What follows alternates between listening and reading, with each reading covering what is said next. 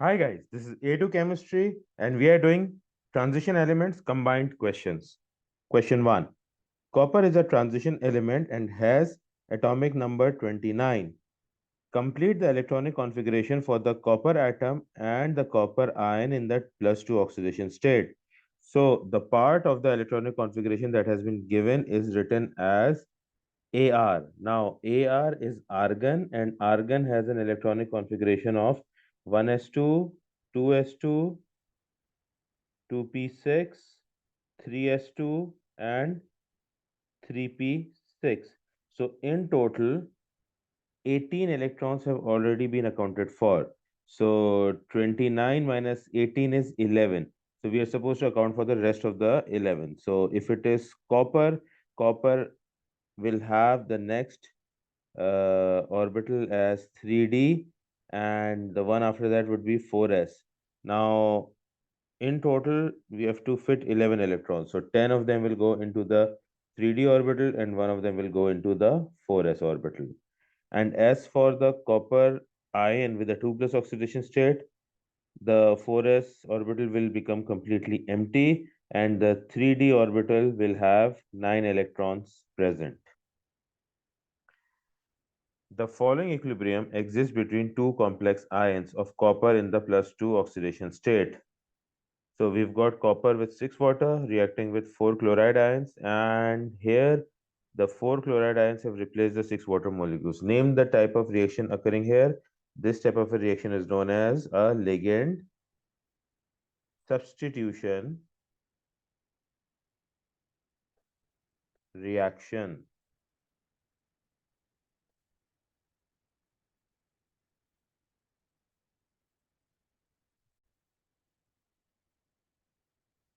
State the colors of these two complex ions. So copper with 6 water molecules and a +2 oxidation state has a blue color and it is a blue solution. And the complex ion with 4 chloride present in it is a yellow or a yellow-green solution. State the shape of the CuCl4 2 minus ion. The shape of this ion is tetrahedral.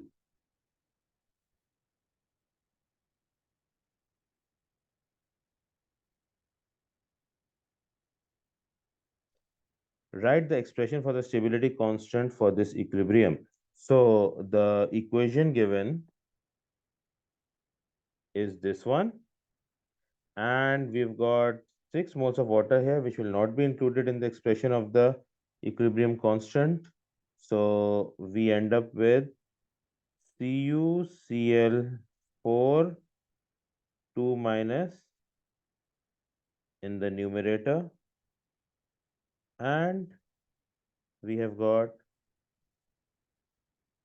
CuH2O 6 times 2 positive in the denominator raised to the power of 1 for each of these ions multiplied by concentration of chloride ions raised to the power of 4, since the molar ratio of chloride ions in the given equation is 4.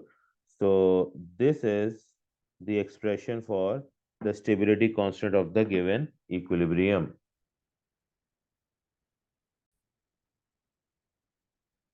Question 2.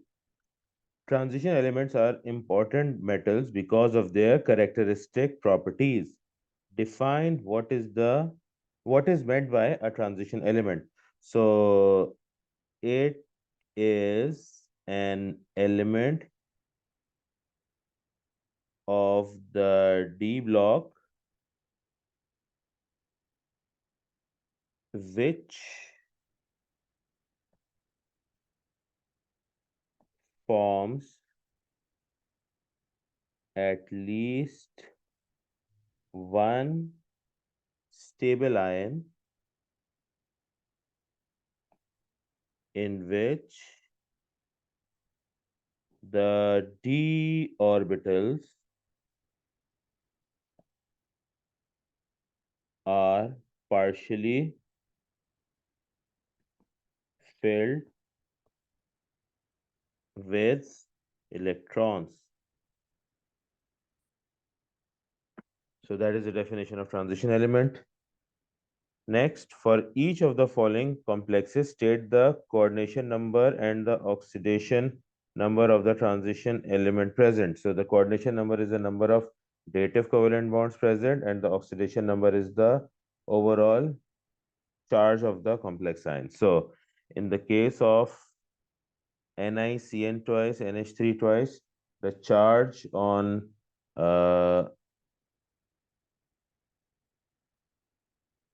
the overall charge on the ion is 0. So the charge on ammonia will be 0. Cn has a charge of -1. So in total, it will have a charge of -2, which means nickel will have a charge of +2. So the oxidation number for the first complex is +2. For the second one, the overall charge is +1. So we have 0 charge for water, -2 charge for two chloride ions. So we would have in total a +1 charge. So if we have a +3 charge for chromium, when you have +3 -2, we end up with +1. So the oxidation number on chromium is +3. Next, we look at the coordination number. So nickel is bonded by two CN and two ammonia molecules. Both of them being monodentate ligands will form a single dative covalent bond. So in total, we have four dative covalent bonds forming. So this complex has a coordination number of 4. For chromium, we've got 4 water molecules and 2 chloride ions. Both of these are monodentate ligands. So they will form in total 6 dative covalent bonds with chromium. So this complex has a coordination number of 6.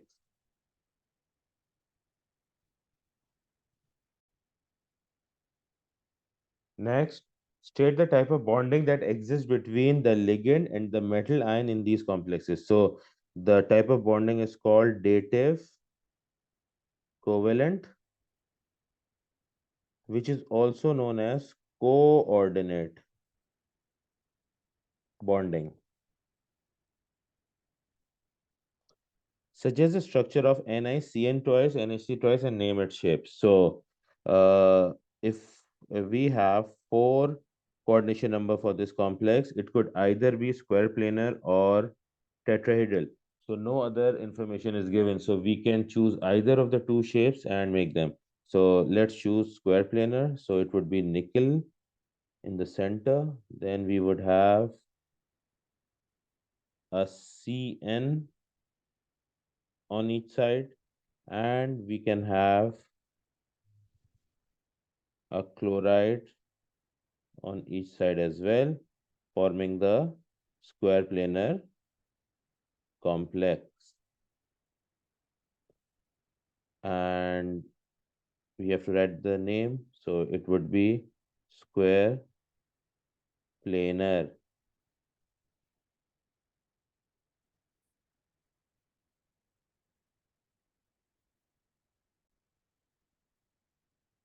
Next, the complex ion CrH2O6 3 positive can be converted into CrCl2H2O 4 times positive.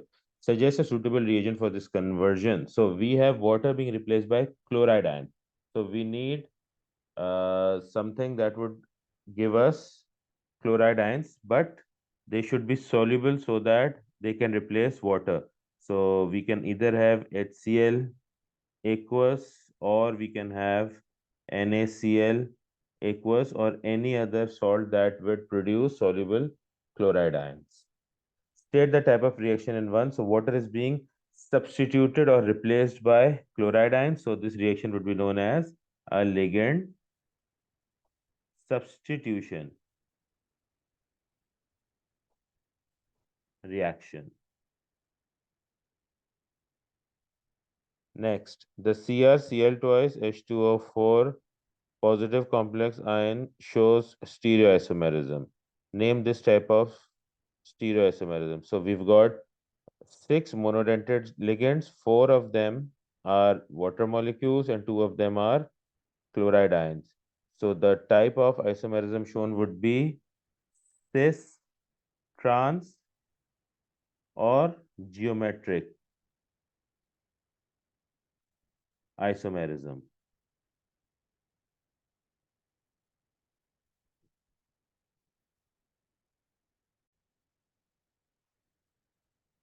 Draw three-dimensional diagrams to show the two stereoisomers of CrCl twice H2O4 times positive. So the two stereoisomers would be a cis isomer and a trans isomer. So for the first one, the cis isomer, we've got chromium in the center.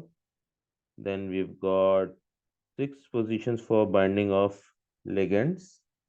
One, two, three, four, five, and 6.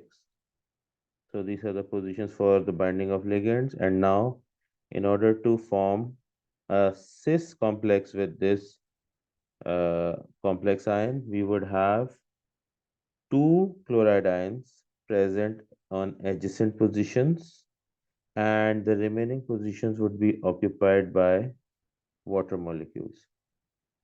So this is the cis isomer of this complex. Next, the trans isomers. So again, we've got chromium in the center. We've got six positions for the binding of the ligands. And in order to form a trans isomer, the positions of the chloride ions would be diagonally opposite to one another.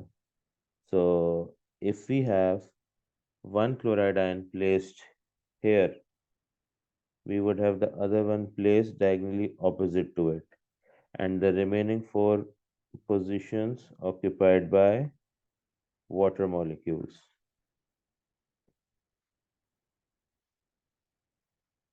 And this is the trans isomer of the given complex. Now, in order to complete the structure, we draw square brackets around the complex form and include the positive charge of the complex. And in this way, we have made both the isomers of CrCl twice H2O4 times whole positive ion.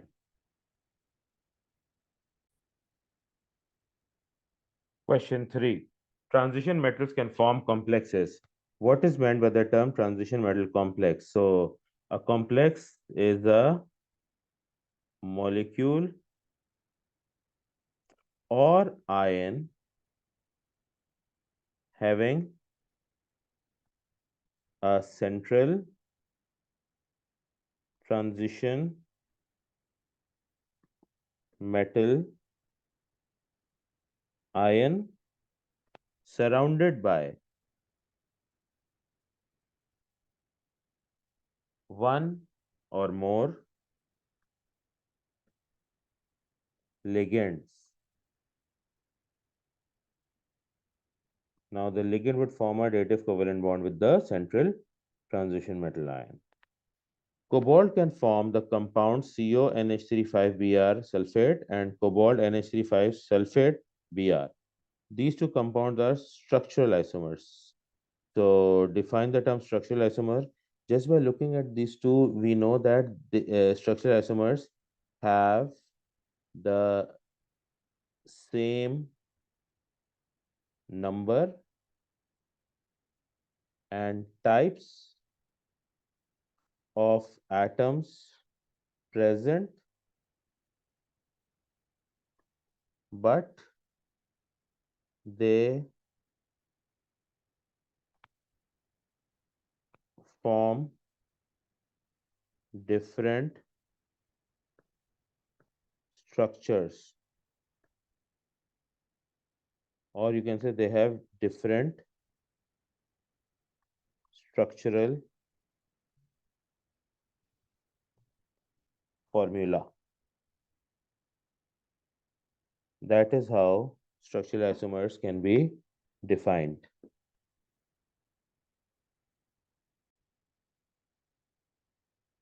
Draw a three-dimensional diagram to show the structure of the ion CONH3 5 times Br2 positive and name its shape. So we would have a cobalt ion in the center with six positions for the binding of the ligands. Five of these positions would be occupied by ammonia molecules, and one of the positions would be occupied by a Br negative ion.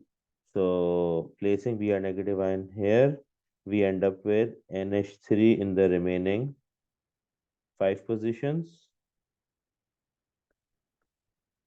And in order to complete the complex, we draw the square bracket and write the two positive charge of the complex. And this complex has an octahedral structure. So the shape is octahedral. State the type of bonding between the cobalt ion and ammonia groups in the complex ion. So the bonding between the metal ion and the ligands is dative covalent, also known as coordinate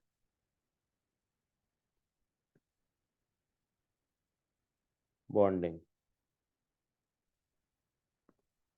State the oxidation number of cobalt in the two ions. Okay, so overall charge is +2 in the first ion.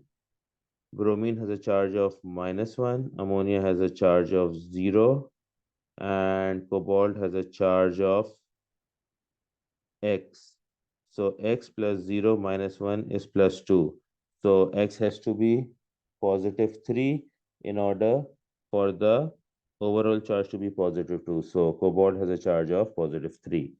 In the next one, we've got an overall +1 charge with a sulfur ion inside. So sulfate, not sulfur, sulfate. So that would have a -2 charge, ammonia molecules having a 0 charge, and cobalt molecules having an unknown charge. So if we subtract 2 from X and end up with +1, that means the charge on the cobalt ion would be +3 in this complex as well.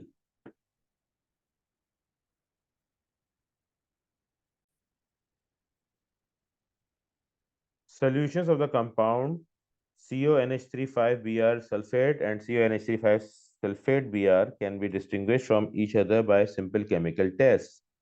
Assume that any species bonded to the cobalt ion does not react in these tests. Okay. Complete the table with two different tests that could be used to positively identify each compound. Give the expected observation with each compound. So we've got the first ion in which the sulfate can be tested because that is not bonded to cobalt via dative covalent bonding. And in the next compound, we've got bromide ion, which can be tested, which is not bonded to cobalt via dative covalent bonding. So the test for sulfate would be addition of barium chloride or barium nitrate. So the test written would be add barium chloride aqueous. This can also be barium nitrate aqueous. One of these two can be added here. So observation with the sulfate would be white precipitate, and observation with the Br would be no reaction. There would be no visible change observed.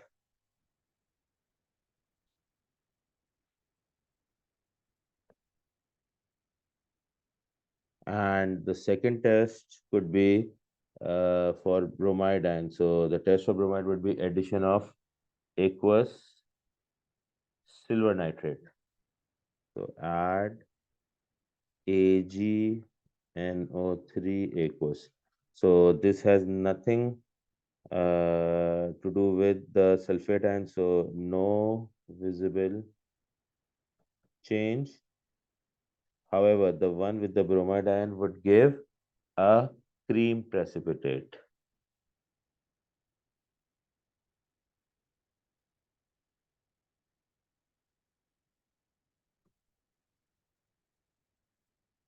In this way, by addition of barium chloride or barium nitrate, we have tested for the complex in which the anion is sulfate, and by addition of silver nitrate, we have tested for the complex in which the anion is bromide. The two compounds which have just been shown are different colors. Okay, explain why the color of the two compounds are different. So both of them are forming an octahedral complex. So we can say that the energy gap between the two sets of d orbitals is different because one of the ions have a sulfate ion as a ligand and the other has a bromide ion as a ligand. So the energy gap between the two sets of d orbitals is different, resulting in each absorbing a different wavelength of visible light. So since they are absorbing different wavelengths of visible light, they would be producing, or rather they would be showing different colors.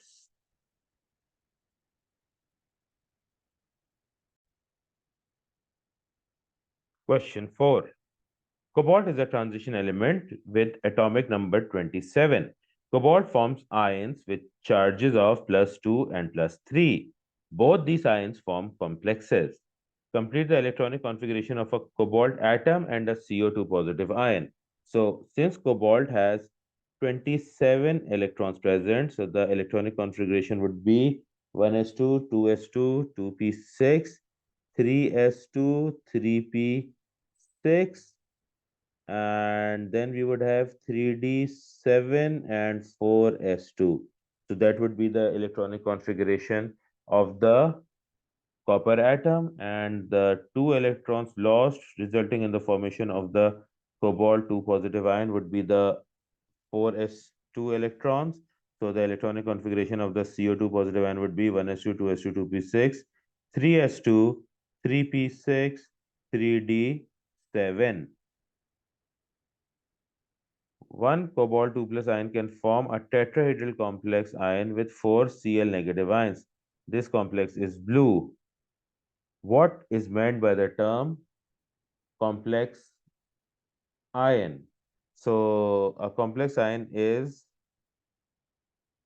an ion formed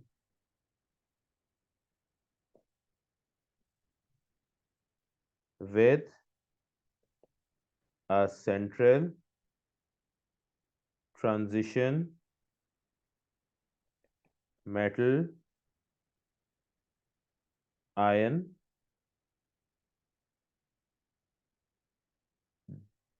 dative covalently bonded by one or more ligands. So an ion formed with a central transition metal ion dative covalently bonded by one or more ligands. You can also use the term surrounded by one or more ligands. Both of them would be equally correct.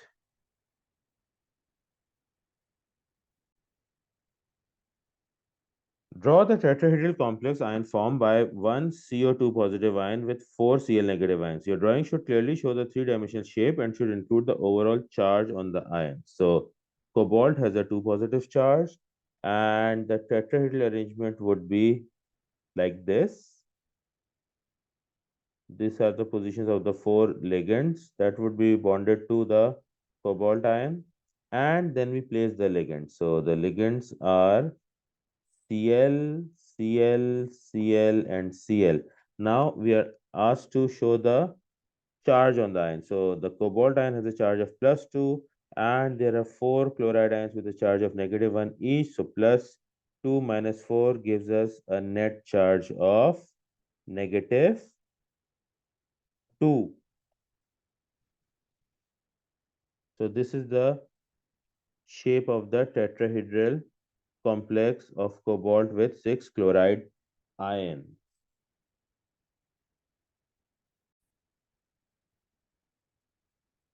Next, explain why many transition metal complexes are colored.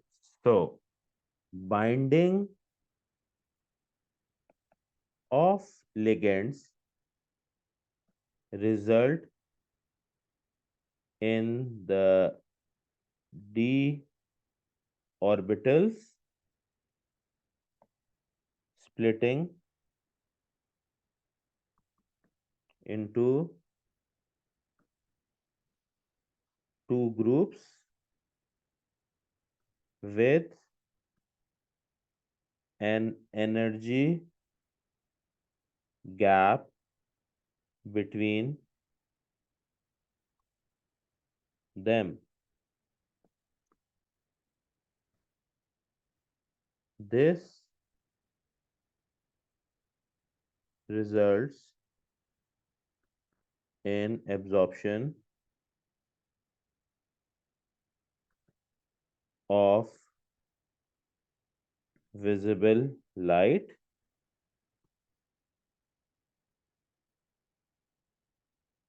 corresponding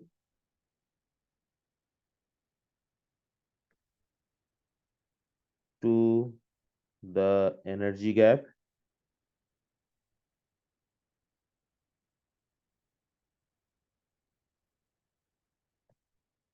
Next, an electron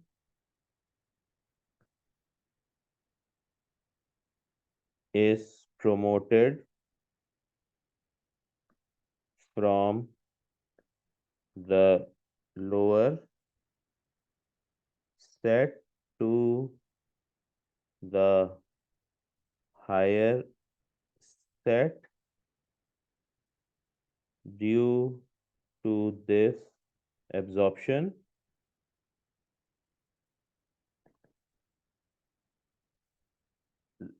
resulting in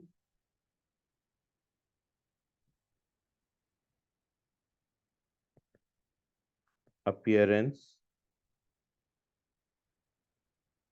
of color complementary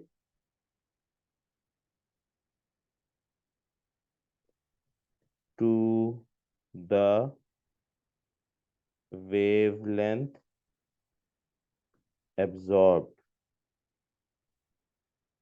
So this is how we would explain why transition metal complexes are colored.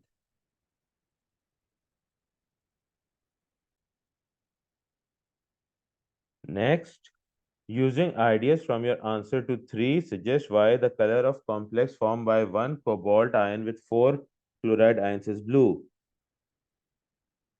The complex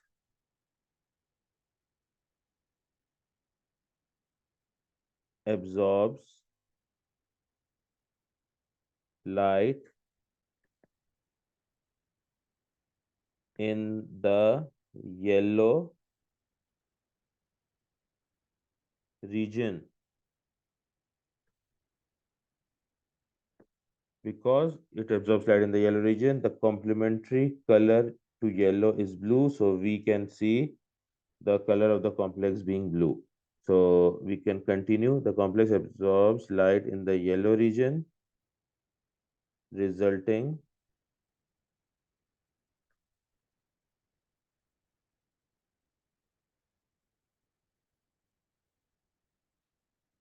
in the complex appearing blue.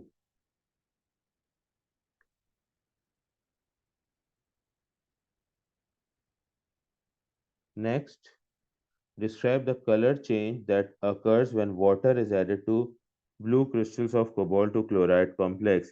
Name the type of reaction responsible for this color change. So, the blue colored solid of cobalt chloride, when added to water, forms a pink solution. So, the color changes from blue to pink. And the type of reaction that is occurring is ligand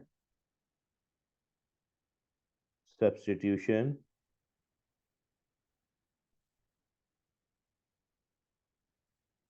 reaction.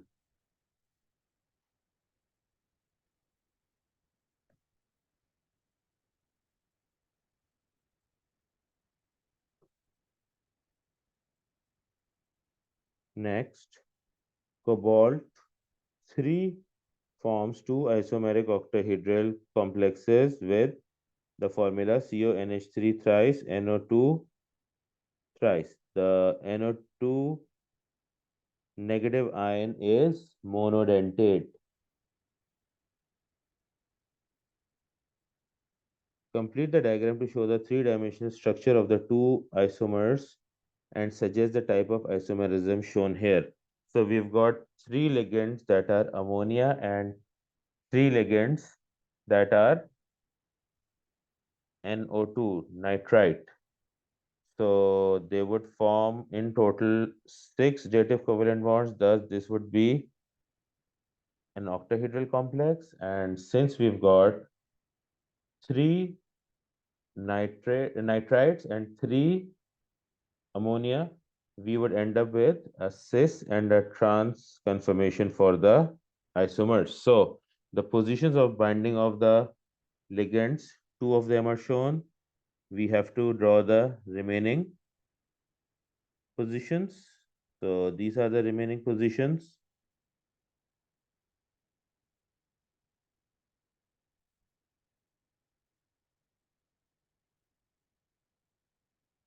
for both the complexes.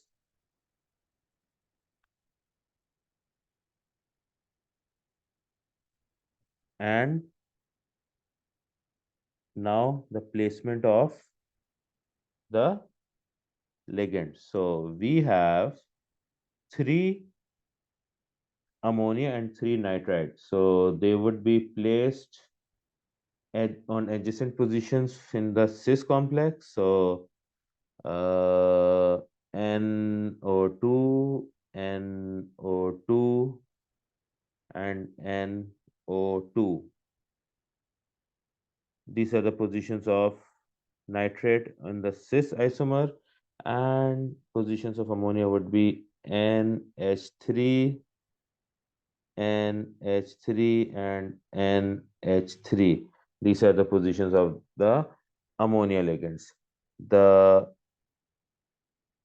overall charge would not be present because cobalt has a 3 positive charge and 3 nitrite ions have a net charge of -3, cancelling out the charges with the overall complex not carrying any charge. So these are the positions of ammonia and nitrate in the cis isomer.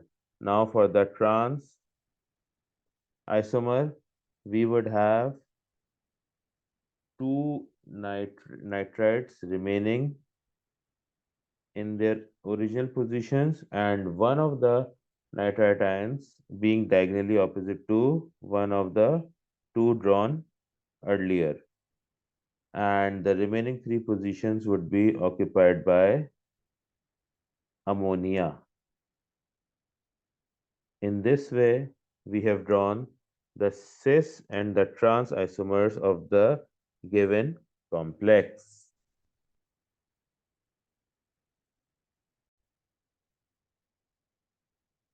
And now to write the type of isomerism, so this would be called a cis trans isomerism, or it can also be known as a geometric isomerism.